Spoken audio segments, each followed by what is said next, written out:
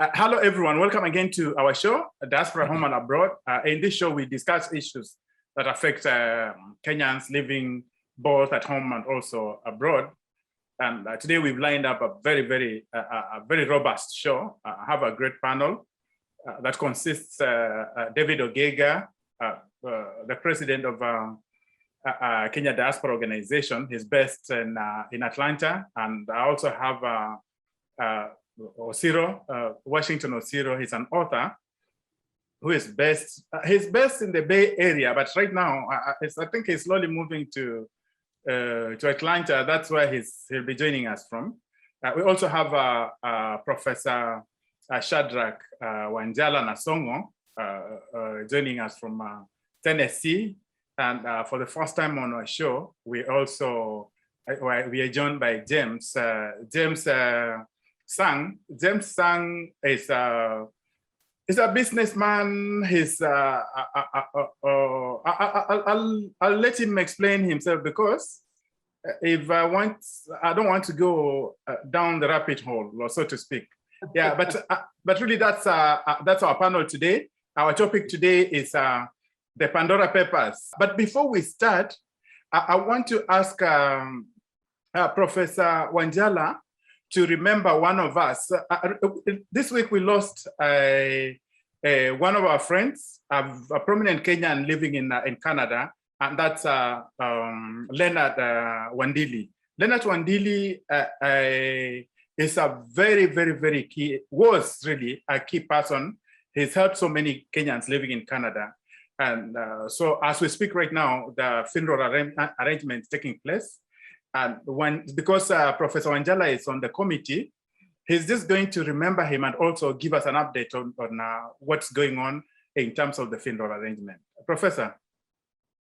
Yeah, thank you very much, Chris. Yeah, we remember Mr. Leonard Wandili, who has lived in Canada for a long time. He's a very prominent member of the Kenyan diaspora community, a very generous individual, who unfortunately passed away in quite mysterious circumstances, because he was in Kenya for a week or two and returned from Kenya on Sunday, this last Sunday, and then passed on Wednesday in circumstances that are not yet very clear, but apparently he drowned.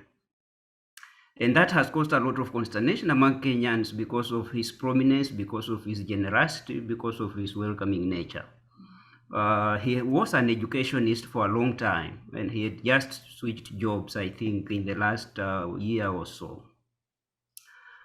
The funeral committee is going on with its work. There will be a memorial service tomorrow, Monday, the 11th of October, via Zoom, I think around 7 p.m., 6 to 7 p.m. Kenyan time. There will be another one, I think, on the 16th, and burial is set for October the 23rd. He will be buried in Canada, where he has lived for more than 20 years, although, of course, he has a home and his relatives back in Kenya. So all we do is we pray that God has mercy and grants his soul peaceful repose in eternity. Indeed. We pray for his soul. I know, I knew Wandili personally. The few times I've been to Canada, he's hosted me. Of course, he comes from Bungoma, so we from the same county. The last time I spoke with him was in December when we were at home, and his passing came as such a big shock. One of those shocks that you really don't know how to handle it. I wasn't even able to go to work because of that. But like Professor says, when we lose one of us like that one, it's a big blow to the Kenyan community away from home. Yeah, so back to our discussions, and I want to bring in James Sang to introduce himself, because he's making an appearance on our show for the first time, and also just explain to our viewers, especially those ones who have not been able to follow closely the whole issue about Pandora Papers, just to give some quick background on what all that is all about. Karibu James. Thank you so much, Chris. Asante sana. It's nice to be here. Thank you for having me. First of all, I'd like to say pole to the Wandili family and friends. I actually didn't know him, even though the name kind of sounds familiar. I just can't tell how I got to know that name, but it could be a similar name to someone else. But in any case, pole ni sana. It's quite sad that, you know, someone just loses his life so suddenly like that. So as for myself, I think it's only Chris who knows me and whom we have met actually, you know, Mondo Mundu. Yeah, yes. Yeah. And we are neighbors. Yeah, you know, Maryland. I live in Maryland, near DC. I've been here for the last, 30 years now. In America, I am in cybersecurity. Usually, DC is the epicenter of cybersecurity because of government. And I've worked in and out of government for all these years. Now, with that out of the way, I suppose we'll go into the Pandora thing. Yeah. Now, yeah, so I'm not really an expert in offshore, you know, money laundering, so to speak. I'm not an expert on any laundering. What I know is what I read from the ICIJ.org website. And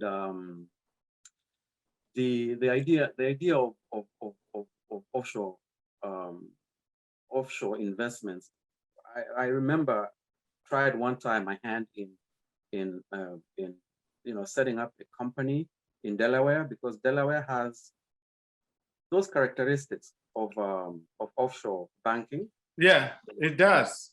Yeah.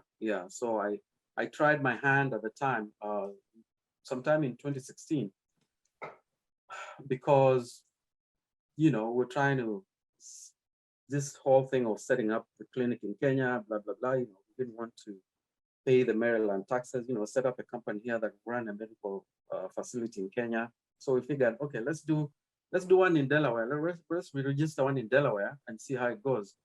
It didn't go very well because, you know, there are laws that still have you pay taxes regardless of where you are in America.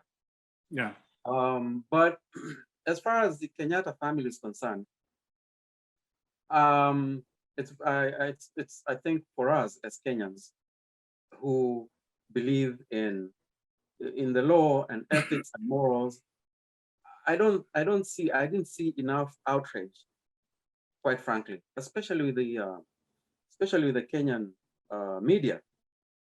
It seems either they are waiting for Uhuru to come and issue some statement, or they just want to cover this up, because this is both a legal issue and an ethics issue.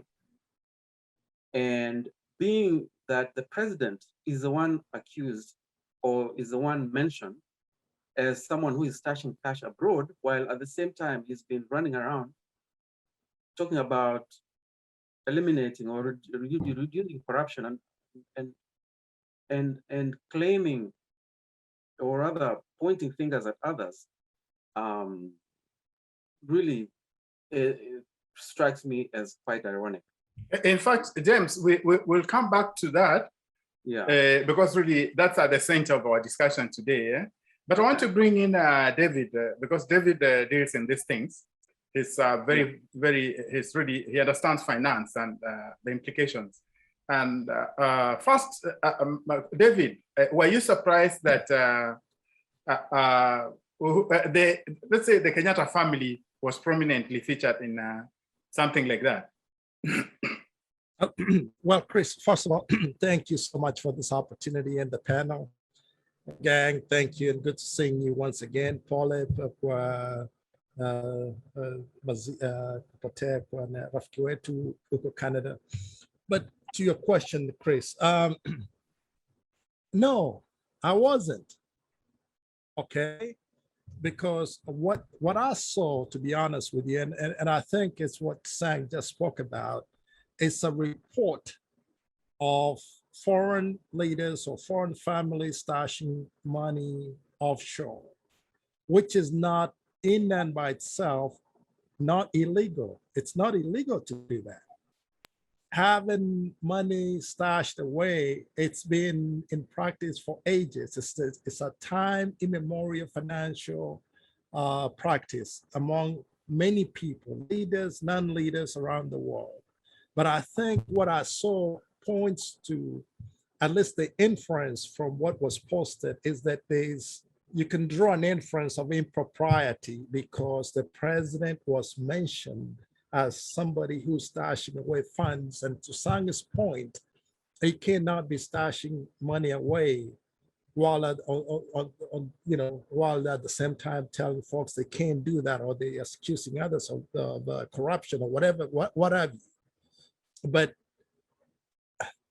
prima facie, looking at what has been reported, I just don't see anything that points to Kenyatta himself as having done anything wrong, right? So to that extent, maybe we just need to see more information of in whose account is this funds in, for example, because as you know, in Kenya, as a public officer, or I forget what they call them now, but as a public officer, you are prohibited by law from holding an offshore account, right? You're not allowed to hold an offshore account. Maybe you might have some exemptions. That's not the case. So I've not seen the account, or nobody has told me that Uhuru Muigai Kenyatta holds this account contrary to what law or this law. So I'm conflicted, to be honest with you. I'm sorry, but go ahead. No, I understand that. I'm not conflicted. Go ahead, Oziro. Go ahead. I am not conflicted. I think the best explanation that I had specific to whether or not anybody should have any misgivings of impropriety with the Pandora Papers revelation was on the Kenyatta's involvement an adverse mention in the issue, but I forget her name, but it was in the YouTube video that was doing the rounds on social media. The fact that somebody who has been pontificating about corruption, about ill-gotten gains, pointing fingers elsewhere, and also implicating the family and friends of his political enemies as corrupt and self-dealing.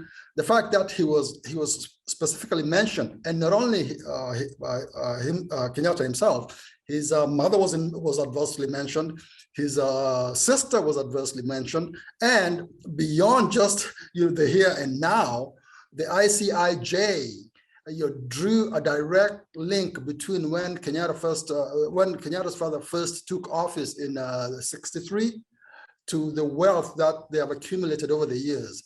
So, I mean, the question then becomes, can that wealth be traced and its source be verified? Yeah, I don't think so. I mean, given the nature of Kenyan politics, I think it's very difficult to trace the source of that wealth. But there is no misunderstanding. I mean, there really should be no debate about where that money has come from, given all the scandals, given all the impropriety that has basically engulfed this family over the years. Anybody who is saying that they are waiting for more information, or they don't know if there's any impropriety involved in this offshore account. I think let's call a spade a spade. I think we're being disingenuous by, trying to spin ourselves out of it. That's conjecture. That's a lot of conjecture to say that you're just assuming or placing blame on a president just because his name has been mentioned. And you just said it yourself, that It's money that has been accumulated over the years. Nobody has told, wait. Nobody has actually said it belongs to who. You just mentioned Mama Ngina, the brothers, and everybody else. And you also mentioned the time frame within which that money has been acquired. We don't know that for a fact, but just assuming for argument's sake that what you just said is true, right? It does not necessarily ascribe, or you cannot ascribe or project that on Kenyatta, for example, and say, see, this is money that you've stolen. The question here is very simple. There's money that is being stashed outside of the country. We do not know for a fact that it belongs to Kenyatta himself. We know that it belongs to the family. We've not been shown one account in whose name that money is, right? So how do you then, in fairness, right, point to Kenyatta and say, see, it's a gotcha, right? No, let me finish. But also what you said now is that this president has been pointing fingers and pontificating about corruption. We all know who Kenyatta is. I'm not holding brief for Kenyatta. David. But Kenyatta is not one guy that I've seen point fingers at any one person and say, see, you're stashing money. He's talked about corruption. Okay, wait, David, Osiro, I'll give you time to answer David. No problem. I'll give you time to answer David, but I want to bring in a professor so that at least now we balance. Let's get out the introductions away. So, Professor, one thing I suppose is that you're not conflicted about it may not be illegal, but the issues of immorality and fairness, especially given that you're talking about a country, one of the poorest countries in the world, a country that is rife with corruption, and a country that can't even pay its own bills right now. As we speak, the unemployment in Kenya is it's hovering around 70%. Can you speak to the morality of just the fact that Uhuru Kenyatta's name was mentioned? I don't even care whether it's true or not, but I'm sure there's a predicate to that. Professor, speak to that, please. Thank you very much, Chris. I am not conflicted in any way. My mind is very clear, and the clarity with which I see this issue is this: whether it is legal or illegal, all right? The point is this: that the wealth of the wealth that is being stashed outside the country was made in the country. Mm-hmm. The country is struggling economically. If you look at the rates of interest charged by banks on loans, they are astronomical. And this is because there isn't much money circulating in the economy. And if you are a leader of a country and you are stashing away billions and billions of money, and your economy is doing badly, and you are leading the country to borrow even more and more, when you are stashing the money outside there is something immoral, there is something unethical about it. And it leads to what I have always held, that Kenya in somehow remains a colony, because colonialism was operated at two levels. You had extractive states and you had settler colonies. South Africa was a good example of a settler colony, where resources were extracted by the white people who settled there, and they invested in the country, and development occurred, of course, in areas occupied by the whites. Kenya was a semi-settler colony, but it was also extractive, so that resources were extracted and shipped out. After independence, the same thing is happening. What Osiro is talking about, the process of accumulating wealth, beginning at independence with Jomo Kenyatta, and his entire family is mentioned in these papers. A number of sisters, the brother to the president himself, his mom, and so on. So they have extracted wealth from Kenya and shipped it abroad, much in the same way as colonials were doing, extracting resources and shipping them away. And so how can Kenya develop if the political leaders themselves do not in fact invest in the country? extract resources and ship them out. And so, in essence, we are still continuing the extractive tendencies of colonialism, even when we call ourselves independent. And this is unethical, it is immoral, and I don't think, as I think James Sang mentioned earlier, there has not been enough outrage on the part of Kenyans over this issue. So, James, in fact, I was saying, I'll come to you, James, to explore more about that, the issue of outrage, because it looks like outrage in Kenya is very selective. But yes. I would like Washington to respond to David's charge about President Kenyatta being as clean as Pamba. No, so as Professor Nasongo was talking, I just I took a minute to go back to the actual write-up by the ICIJ, and David said that I was mentioning names. The actual write-up is very specific. It mentions names, but not only that, it goes back to the dawn of independence with Jomo Kenyatta. And then now, just based on my own research, the book Looters and Grabbers by Joe Hamisi specifically says that Kenyatta started accumulating wealth, Kenyatta and his wife, Jomo Kenyatta and his wife. And you know what, this is, I don't even care. Let them, to the victor goes the spoils. I get that. Matunda, let them eat matunda ya uhuru. Like, let them not make fools of us by, making it seem like they are innocent or others are worse in terms of their immoral conduct, in terms of their corruption than they actually are. This Pandora Papers just confirms what a lot of us have already known.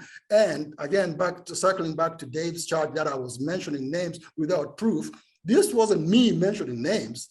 If the TJRC, the Truth, Justice and Reconciliation Commission report, was very categorical in mentioning people who benefited from ill-gotten gains. And part of the reason why that report was never made public is because it specifically mentioned the first president.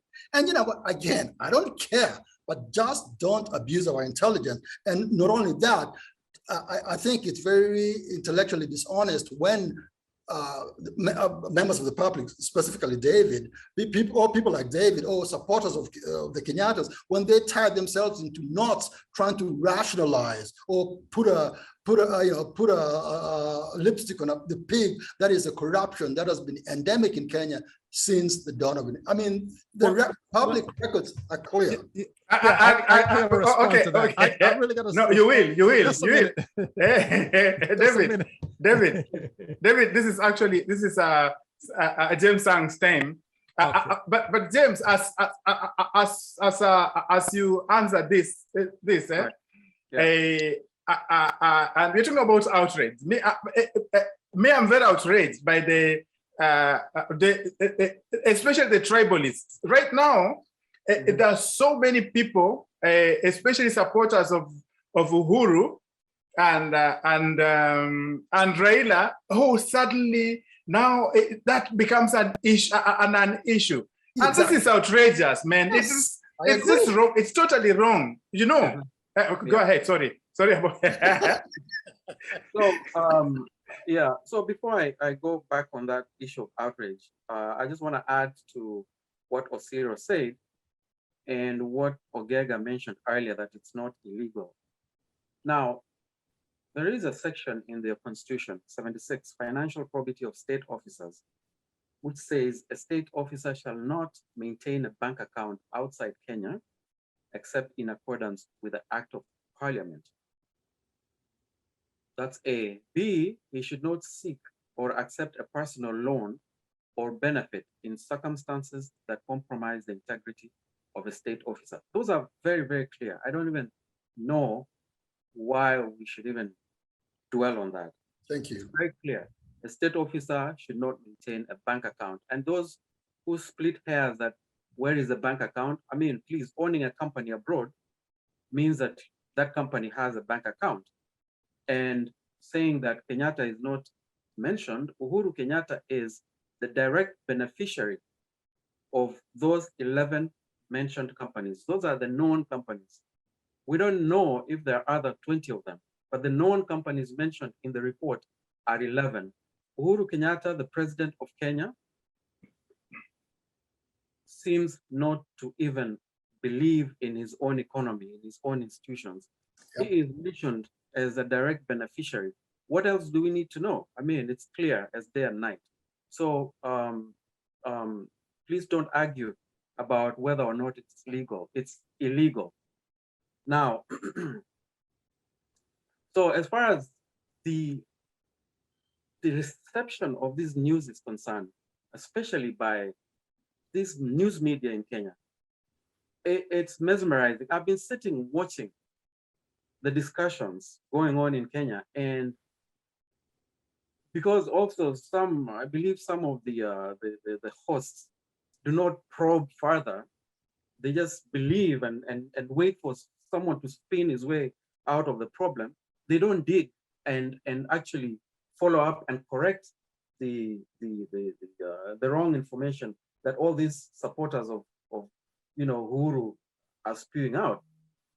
So when we talk about a president of a country stashing money abroad, that's an ethical problem right there.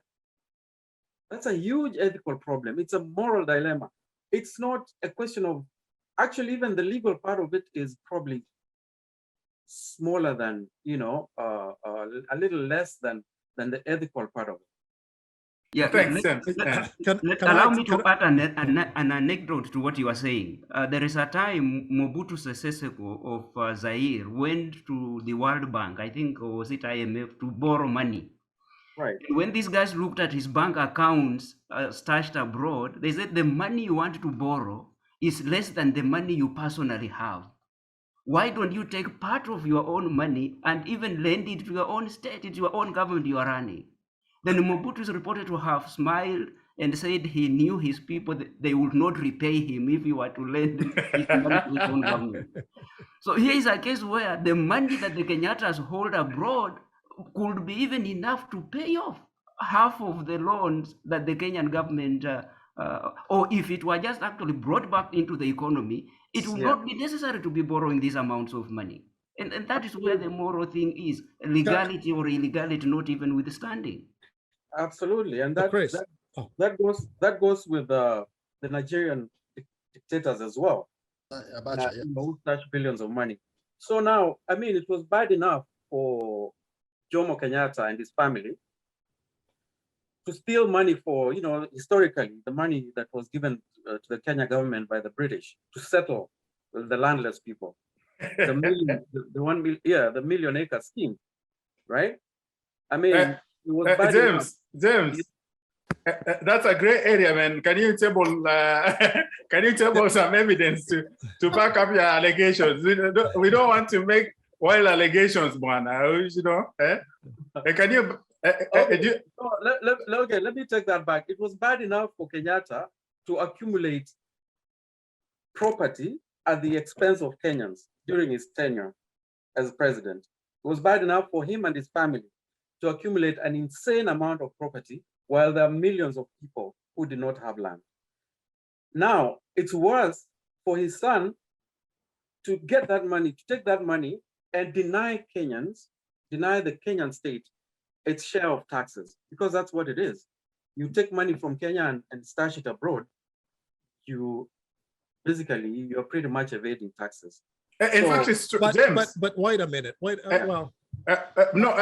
David, I'm coming to you. I'm coming to you. But as you respond to all this, speak to the issue of because the essence of offshore accounts is to escape taxation, right? Unless I did CRE, and so I'm not. But not necessarily. It's not just to escape taxes. You could be putting money offshore that is after tax money. So that's a major leap when somebody assumes that just because you have an offshore account, it's mainly or primarily to avoid or speculating evade then. actually taxes. No, That's no, not no, no. necessarily always the case. But you're speculating. You don't know that for sure. It's the same thing that you're speculating that that's the reason why that's happening. But I want to go back to what Osiro said, if I may.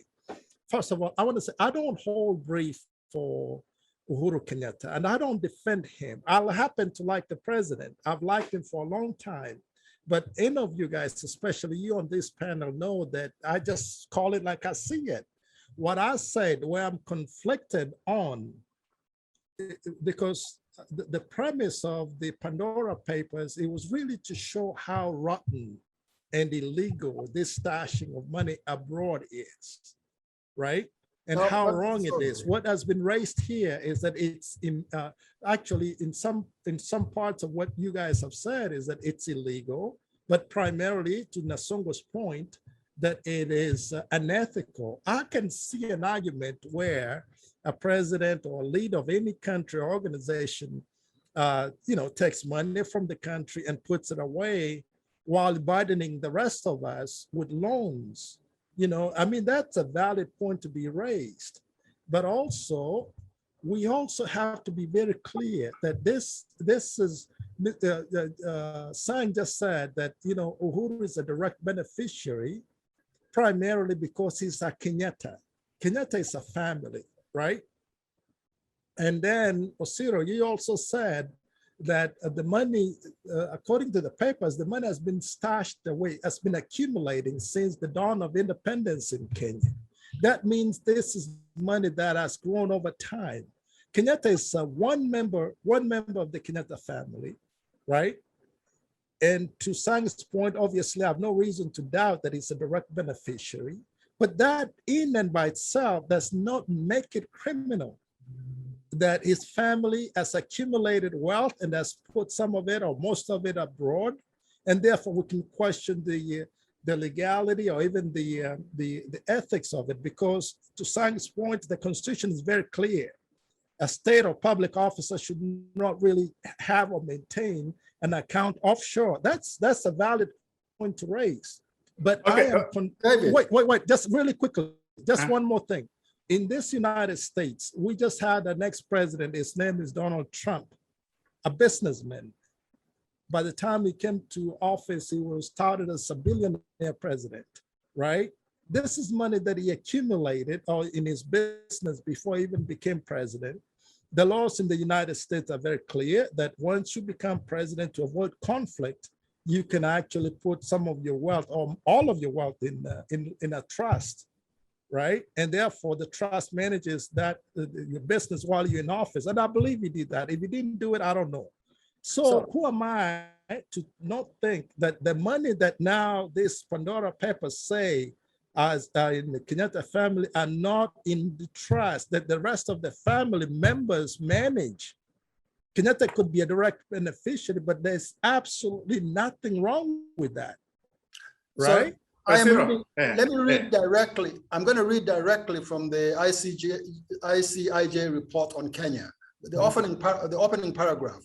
As Uhuru Kenyatta mounted a political comeback by campaigning against corruption, his family's secret fortune was growing offshore, a massive new leak shows. What does that tell you? That this is not going back to the dawn of independence. I mean, even though, yes, to David's point, money invested over time will grow. This specifically calls out Uhuru Kenyatta's political rise with the massive offshoring of the family's secret fortune. So why are we even debating the fact that this president was self-dealing and was using his office to... Well, that is speculative. It's not. It's not speculative. Wait a minute. It is not speculative. This is a reality.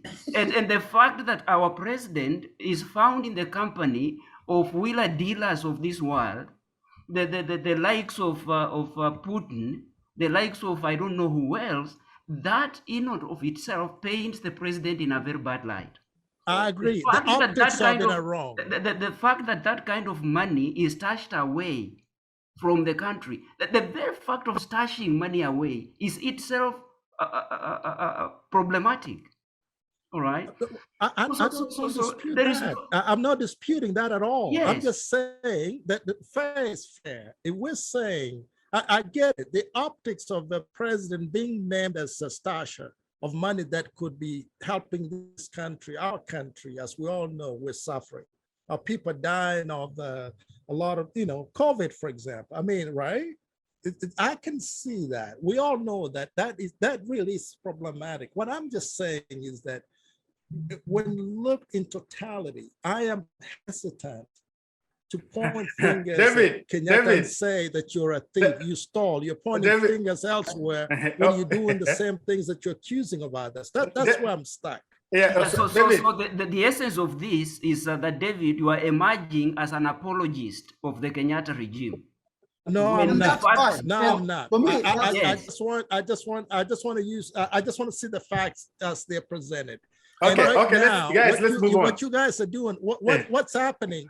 What's happening is that because Kenyatta's name is mentioned, No, it's as a not just a name. beneficiary. David, No. David, The David, papers, David. wait. No, The papers David. do not say Uhuru Muigai Kenyatta has stolen such and such amounts of money that he's put away. What it's saying is that his name, his family, is associated.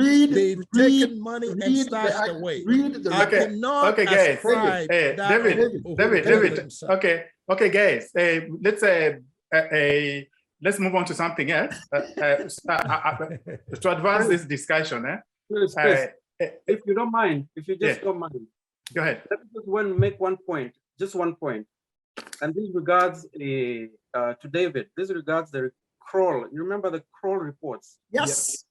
That accused Moi's associates of stashing money abroad. 2 billion. Billions of money. 2 billion. Right? Yep. Yeah. So are we, in your estimation, or going by your logic, Moi is not culpable at all, going by your logic? No. What I would say is Moi, that's a very good point you raised, Sang, because Moi was directly in charge. The buck stops, wait, the buck stops at the president. No, the Kroll report says Moi's associates. There's nowhere that says it was Moi himself.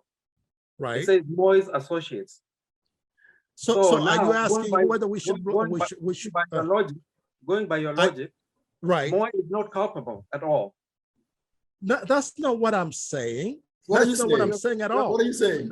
No, wait. So what are you saying? Wait, I'm responding if you let me. That's apples and oranges. Moi Associates is not Moi, but at the same time, Moi was in charge of those associates because he's president.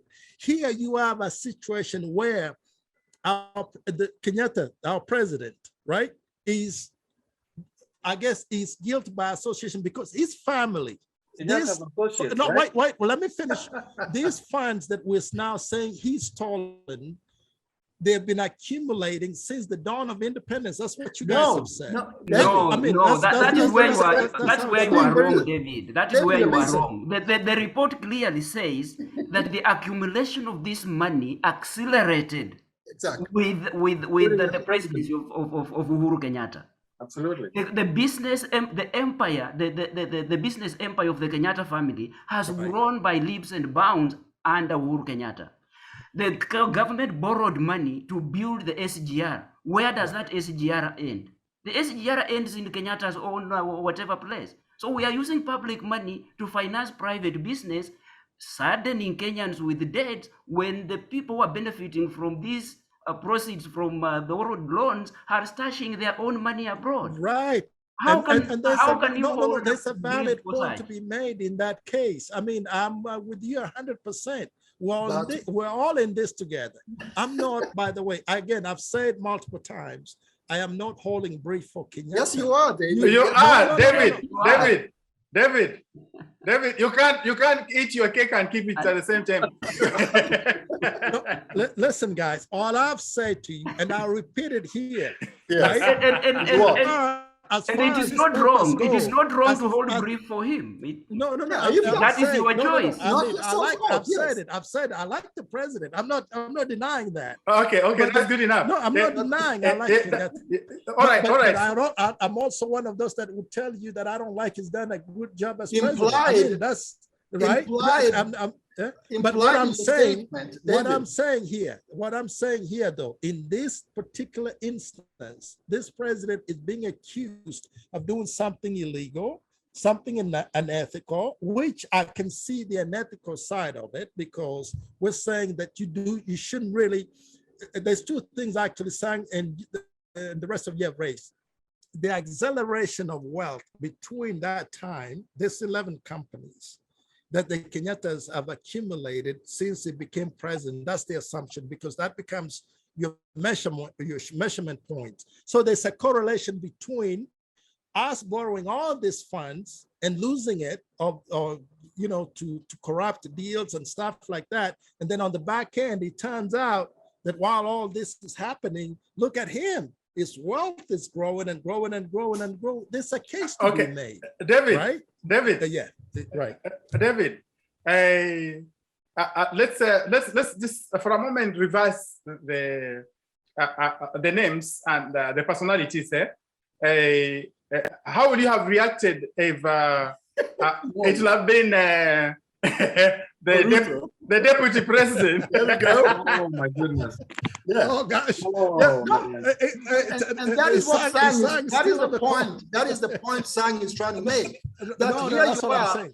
Here you are tying yourself into a pretzel, trying to, No. Wait, That's, let me finish. Can I answer that? Can I answer? No, let me Chris? finish. Let me finish. But Chris All of a asked me, let me sudden, answer. just because Uhuru happens to be the son of one of the persons adversely mentioned, and also the president, there's a different standard that we are holding. Let me answer. Don't put words in my mouth. I'm not. You're telling. No. You're saying, you're putting words in my mouth, saying I'm applying a different standard. I've not even answered the question, right? Would you let me answer, and then you can? Yes, you can chime in. Want to answer that for the first 30 minutes? No, give me a second, because that was my question posed to me. Chris, here's my response to this. The difference between Uhuru Muigai Kenyatta and William Samoei Ruto is very stark. It's very clear. Whether or not Kenyatta stole our founding father, Kenyatta Senior, during his, there's a difference between generational wealth, whether it was acquired improperly from the Kenyatta time, right? There's evidence that these people, even Kenyatta himself, he was spoon-fed. Whether the money was stolen or not, at least you can trace it from before his time. With William Samoei Ruto, it's totally different. Somebody that literally, as he calls himself, a hustler, unknown. There's nothing wrong with that, because a lot of it don't come from those backgrounds. And all of a sudden, within a short time in his lifetime, let me finish, in his politics, he's a multi-billionaire being on government payroll. So slow, right? Being in a government payroll. That's what you're saying. Nothing else is done but being in government payroll. It's day and night. So there's a difference. There's a way. Yes, there's a difference. No, I don't see Kenyatta obtained his funds from his family. Whether it was acquired right or not. You read the article. The article is very categorical. The Kenyatta family had funds before he even became president. Let's move on. Ruto's money has been obtained primarily through hustling. There is no generational wealth that can be attributed to William Samoei Ruto. We all know that. Thank you, and Jeff. there's no government salary of any government employee in that country that can David, thank you. That man owns. It's really that simple. Day and night. David, thank you. Yeah. So, James, you see, what has happened? There's a statement that Honorable Raila Odinga made, and many people saw that as justifying the Uhuru's impropriety when it comes to offshore accounts. Can you speak to that, please? So that was, I mean, surprising, but not unexpected, given the current, you know, political situation in the country and the path he's chosen. Some of us supported Raila Odinga. I remember very well. November of 1993, I was elected a treasurer for what we called at the time Ford USA, right? Ford USA was the supporter, or was the DC chapter of Ford in Kenya before it split to Jaramogi and Matiba.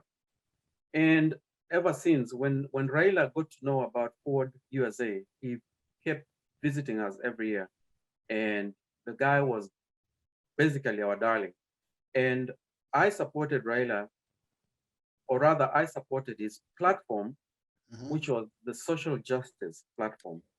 That was the whole reason I supported it, all along until 2017, when I just decided this guy is not the right guy for this platform. So now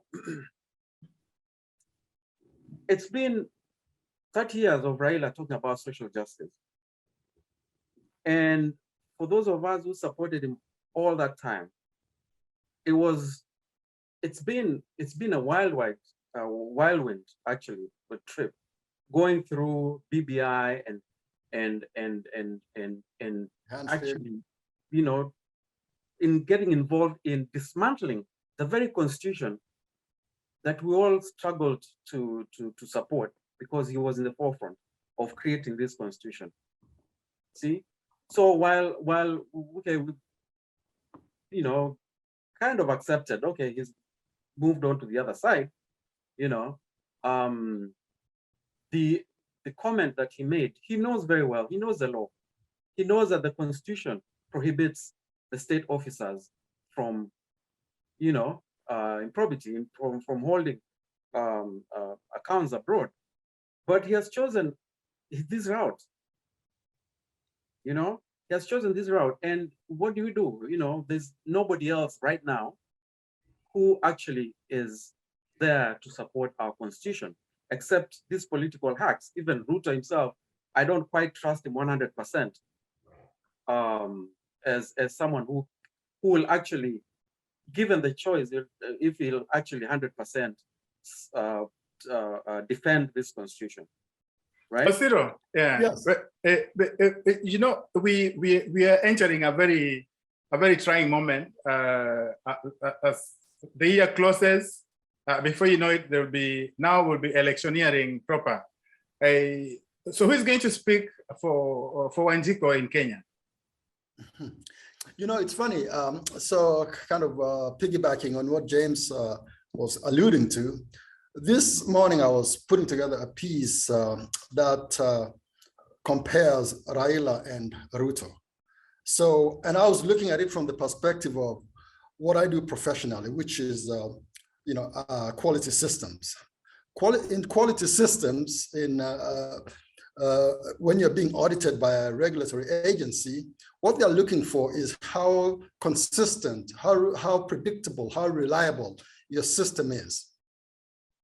The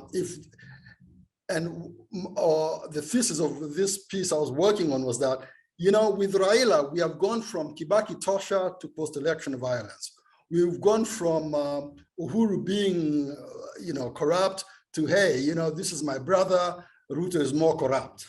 We have gone from being the tip of the spear for, you know, fighting for multi-partyism, fighting for constitutional democracy, to basically, you know, being at the forefront of efforts to dismantle or to circumvent the constitution. In other words, Raila has been all over the place, you know, and from a quality systems perspective, you don't want to be there, because all of a sudden everything that you do is going to be called into question.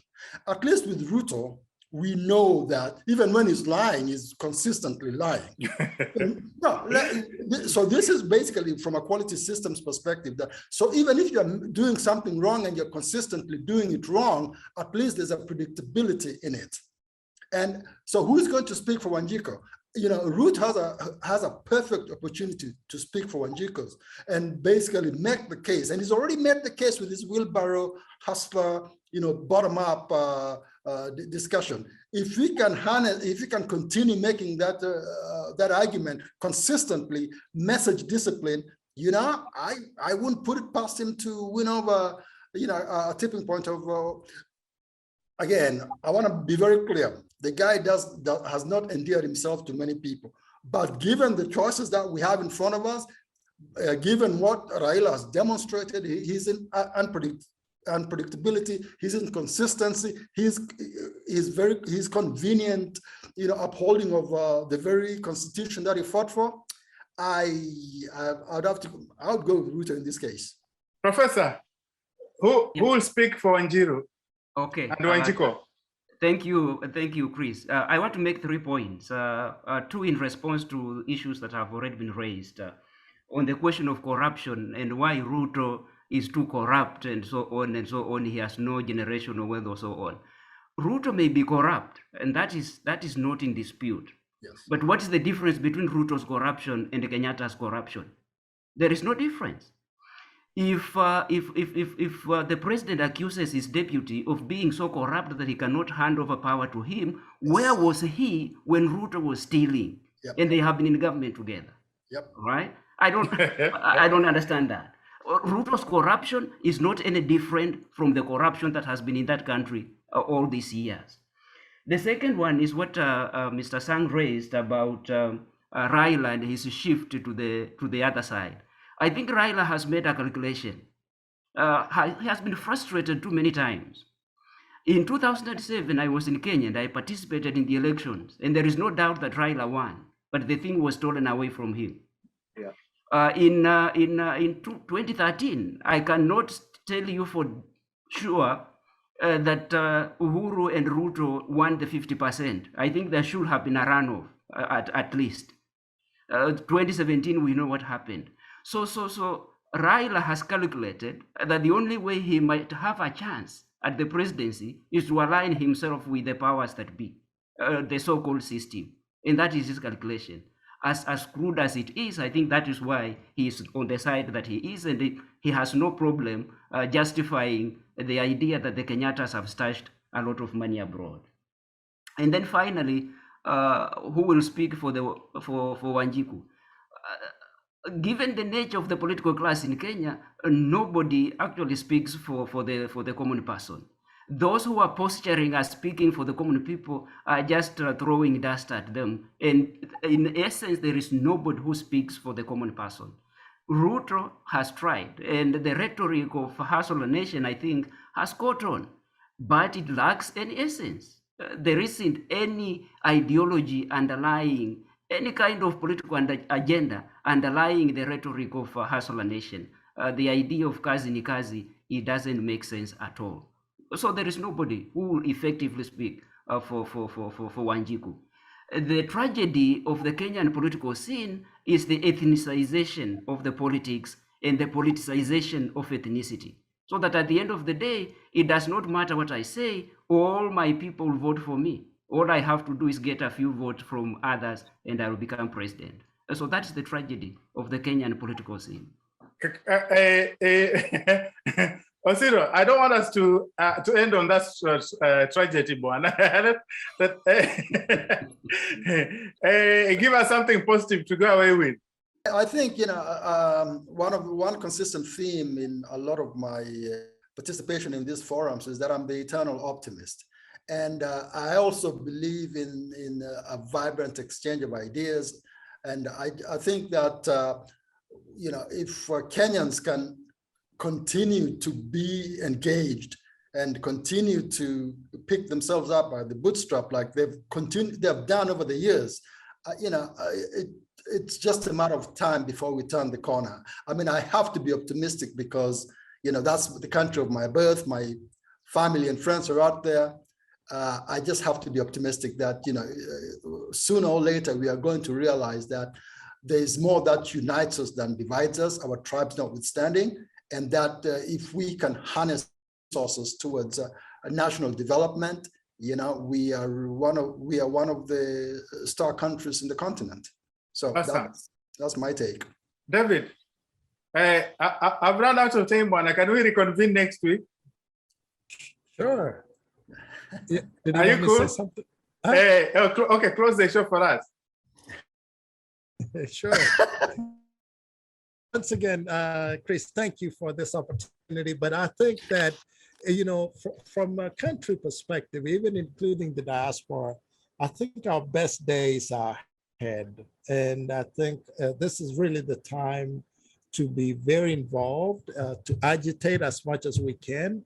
And I thank this show, especially for providing that opportunity, because I think as time goes, and as Cyril said, we have to be optimistic. We have within us the wherewithal to make the changes that we need to make within ourselves and project that on. It's just a matter of time. We have more in common than not. And as you know, Aristotle said once, the sum is greater than this whole, I forgot what exactly how it says, but it's simply saying that together we will achieve more. The sum is greater than the sum of its parts. That's what I was looking to say. But awesome. That's what that means. Thank you so much. Awesome. Thank you, guys. Let's be back again next week as we tackle some of these key issues. I want to thank you for participating in our show today, and that brings us to the end of our show. My name is Chris Omalwa, and I'll see you next week in another installment. Thank you. Asante sana, mana. Thank you. Thank you.